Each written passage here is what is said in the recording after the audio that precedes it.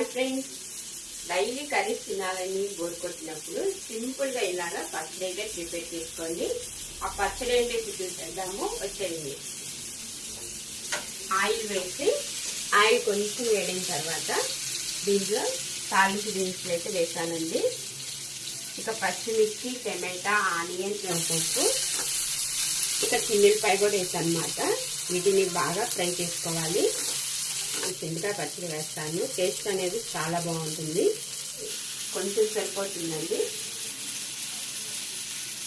కొత్తిమీర వేసిన తర్వాత ఒకసారి కొంచెం మంచిగా ఫ్రై చేసుకున్నాము. సాల్ట్ వేసుకోవాలన్నమాట, లేదా కల్లుప్పు వేసుకున్నా ఓకే, పర్వాలేదు.